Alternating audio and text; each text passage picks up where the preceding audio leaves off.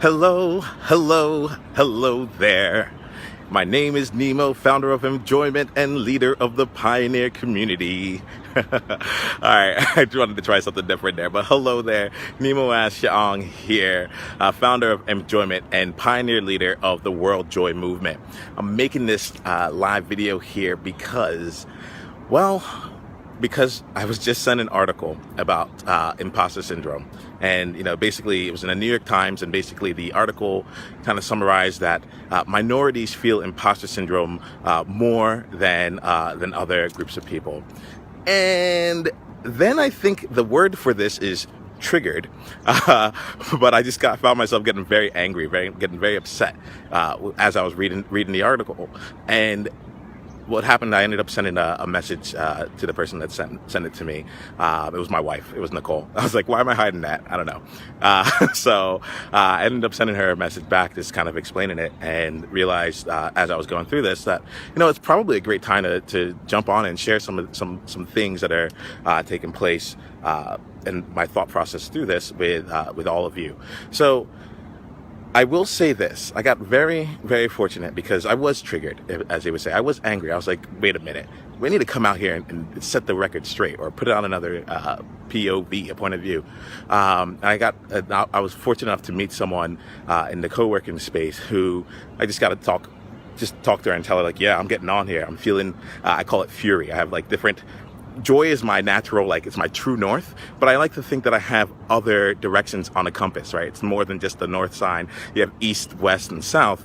For me, that's fury, fear, and sadness. Like when I feel those things, I'm like, oh, this is pulling me away from my true joy. What is it?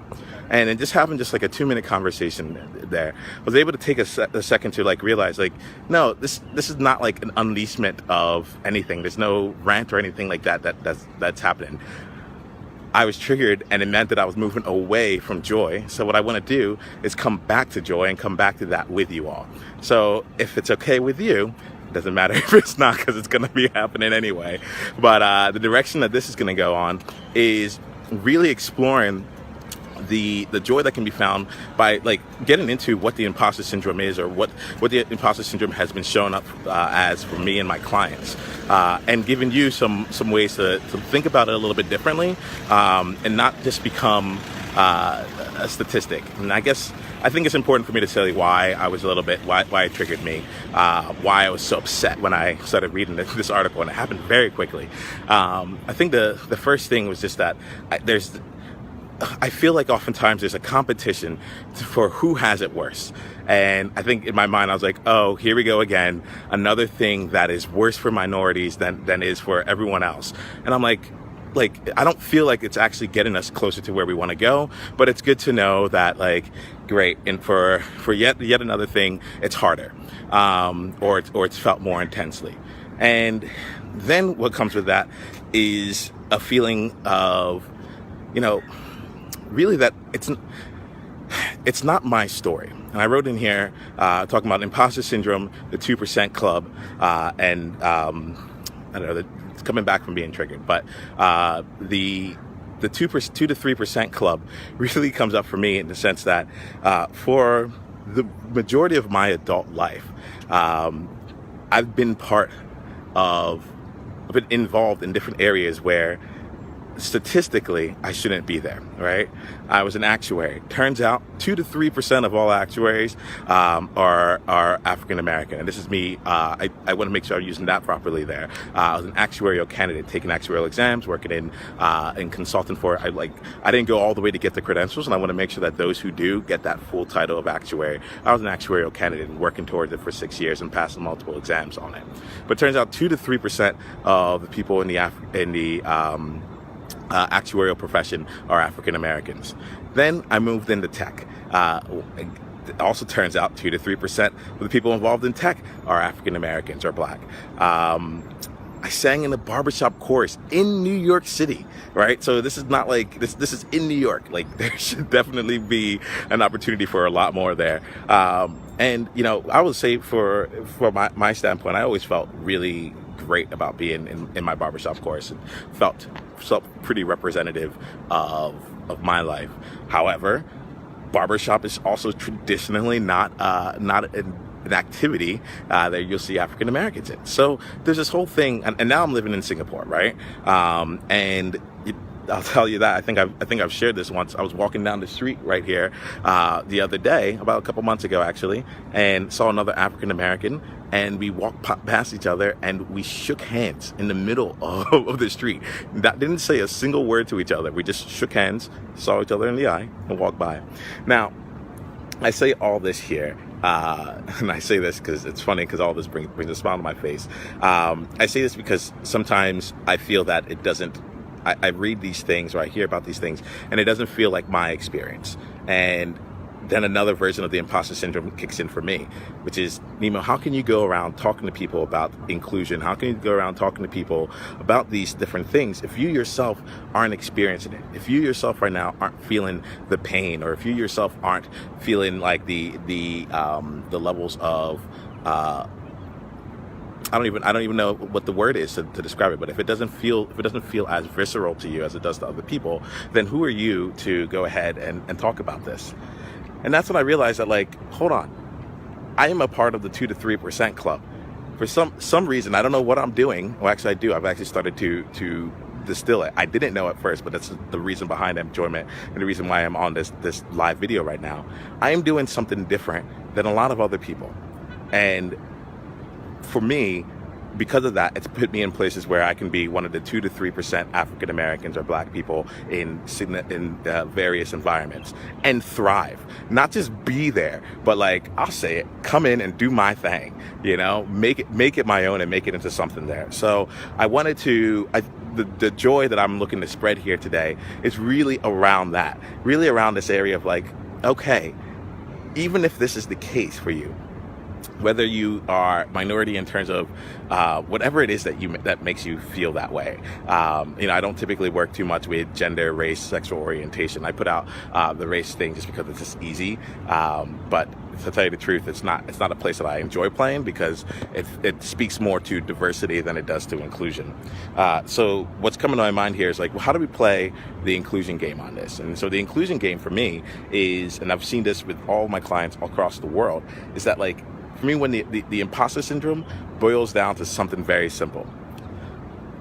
It's simple and it's insidious, and I need to put it out there, and it's the basis of my work, which is that at the end of the day, we as people, regardless of anything around us, like, just as humans, we are in need of and we crave love and to be accepted, right? We're just hardwired as humans to be part of community, and the thing that I've been seeing come up over and over again when it comes to imposter syndrome and a lack of confidence and such is that I work with people who have a track record of success. It's one of my criteria for spending time with me in a coaching conversation. You have to be up to big things. You have to have had a track record of success for yourself. However, a lot of them also have this feeling of being unfulfilled, of not finding joy. And even though they've been able to accomplish what everyone else or what other people in their world might consider to be really successful things. And the reason for this here, the reason for that, well, not even the reason, but one of the reasons behind that is because they've accomplished what other people have said to be the goal, but it wasn't their own goal. Put another way, in their pursuit of being accepted, not being rejected, of fitting in, that word, no, but in fitting in, or they ask themselves a simple question: who do I need to be accepted by you? Who do I need to be to not be rejected by you? So on and so forth. And from that perspective, they are able to accomplish great things. They're able to be those people to get that version of love, attention, recognition, whatever it is that they're looking for. And then when they have it, it's like the person that they truly are never really accomplished it. Hey, if you knew that I was putting on this, I was being a chameleon to give you more of what I thought you wanted, or I was putting on a mask to do this. I was faking it till I made it, but I'm just faking it now, and I'm still not here. And if you knew the real me, like, if at any point you find out that the real me is not whatever I have put in front of you, whatever you have built me up to be, like, that to me is where I've been seeing the imposter syndrome really stemming from. And so, yeah, I go back and I go back to the article that started this whole thing around, like, people who are minorities feel imposter syndrome more acutely, or there's a higher magnitude of the imposter syndrome when they feel it. And it makes sense to me from that perspective. It makes sense to me that if you feel that, like, who do I need to be? And it's even, the answer to you comes up to be, I have to be culturally different than who I am. You know, I can see that being an even greater leap, a greater extent of, like, wow, this really isn't me. And if you knew, oh my goodness. I'm going to give you an example here that happens in my life here. It's probably going to be a little counter to the example that most of you might naturally think. As I mentioned earlier, I'm African American. My parents are from Ghana, West Africa, and I was born and raised in America. And I grew up in a city called Pennsauken. Right on the other side of the tracks for me, though, was another city in New Jersey called Camden. And at the time of me growing up, it was the fifth most dangerous city in America. And one of the things that my parents tried to instill with me, because given the fact that they were working in, and they wanted me to have a different mindset around things, is that I was African but not American. You know, I was African American but not black. And I experienced this from my parents in a certain way. It got me kind of thinking. But then also growing up, more often than not, the places where I felt the most excluded, the places where I felt most like out of my own comfort zone, was actually within the black community. And something that, for me, it's actually pretty interesting. I'm stepping into it with enjoyment and all the other work that I'm doing with inclusion to try to put myself more in the environment of the black community, because I realized for me that's the place where I feel more excluded. That's the place that I feel more out. And this is happening in real time. I'm like, oh yeah, this is actually really true. That's my place. If I really want to feel what that feels like, I have to actually probably spend more time in an environment there. And the reason for that is, like, that's where my imposter syndrome creeps up. What I don't want them to know about me is that I'm not really black, that they can see me here and, like, expect me to, and I don't know, I make up all these different things about what it means to be black or how it's supposed to be and all that. And so I find like that's an area where the imposter syndrome rings true very, very strongly. And it's interesting because as I say this out loud, I'm reminded of an event that happened just this last weekend. I went out to a bar in New York City, and there was a gentleman that came up who was black, and we started talking because I was thinking in my mind, I was like, I need to start working on this. This is a place where I need to be comfortable. And immediately what happened, well, not immediately, it was at least 2 minutes. But 2 minutes into it there, he puts up his hand, he puts up my hand, and he looks at it and he's like, whoa, you're the first person I met that's darker than me, you know? Actually, you may not know, then that's okay. But in feeling that, I remember thinking to myself, this right here, this is what it's about. This is feeling that level of discomfort. This is why I spent that time away from it all. And in bringing it up here in the story, I think it's a story that I want to start owning more for myself. I'm like, yeah, I'm seeing this. But also just looking at it from the standpoint of, like, I think we all feel like an imposter a lot of times. And the root of that, I think, is a more interesting exploration than the magnitude of it. And I'm not here to argue the merits of anything. I actually think that I haven't read the actual study itself, like actually how it was conducted and things like that. But I'm just going to go off like the blind assumption that everything was amazing, you know, and that the findings are true. My thing becomes, okay, now what? And what do we do with that? And is it worth exploring, like trying to make it better for people where it's really bad, or just make it better for all? And so I'm gonna going to kind of come here and kind of finalize around the aspect of what would it be like if we just handled the imposter syndrome? What if you in particular stopped showing up as an imposter? What would that look like for you? I'm exploring what that looks like for me, and for me, it isn't in the areas and the arenas that I had originally thought it would be. You know, it is coming to a place where it's like, am I black enough? You know, you don't know. I don't know why I keep asking you that question. I'm watching that. But the question I would ask is, where do you feel an imposter syndrome in your life? Where do you feel that you've had to be something for someone, that you've had to put up different things or accomplish different things in order to be accepted for other people or by other people? And like, let's start with an awareness of that, right? Because it is a process and a practice. But start with an awareness of where you're feeling like an imposter, and then ask you. Then to that point there, my thing here is, how do you continue to show up as yourself in the midst of this, right? So it would be easier for me right now to go and find other areas where it's like, basically I am, again, one of the few black people. I actually know how to play in that realm really, really well. But what I want to make sure I know is how I can also be incredibly successful in the midst of the black community, you know, even leading the black community. And from that place there,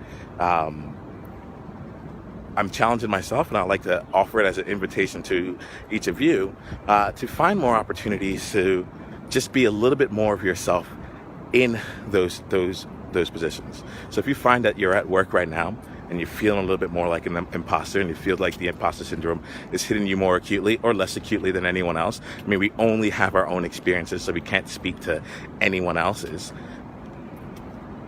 Can we create the space and the personal allowance to allow ourselves to be just slightly more, 1%, 2 to 3% more you in those situations? And in doing so, using that to be able to claim back a little bit more of your imposter syndrome, whatever. I'm trying to is there an opposite of imposter? But for you to just really move away from a place of feeling fraud for who you are or who you are portraying yourself to be, and instead just allow the real you to come forth. It's not, the real you is something that I don't use all that often to describe things, but what I do mean is the unapologetic you, the one that is you and shows up however you choose to show up, and allow that to come forth. So thank you. I'm really curious as to your thoughts on this here. Generally speaking, I look to spread the joy and to bring people together toward a truly inclusive and empowered world. And to me, that goes beyond me just sharing some thoughts here on this video or wherever you end up watching or listening to this. I want to hear back from you. Challenge me. Help me grow. If you're a part of a community that you think I should be a part, I should come and either experience or help create an experience where people can explore and delve into this, let me know. I want to be uncomfortable because that's where my growth takes place. So let's all work together and let's continue this conversation. Let's elevate and continue. Let's deepen the relationships. Let's take it out from here. And just let me ask you very specifically here, what is one thing that you do to help combat the imposter syndrome in your life, in your world? Just go ahead and leave a comment with that. If there's nothing else that is springing to mind, and if something is coming to mind, go ahead and share your thoughts honestly and openly. You know that I'll respect it, and even if I don't agree, we'll be able to have a great discourse. And if we need to take it onto a video so we can actually talk to each other, go figure, we'll make that happen too. All right, I appreciate you strongly. Choose joy every day. Bye.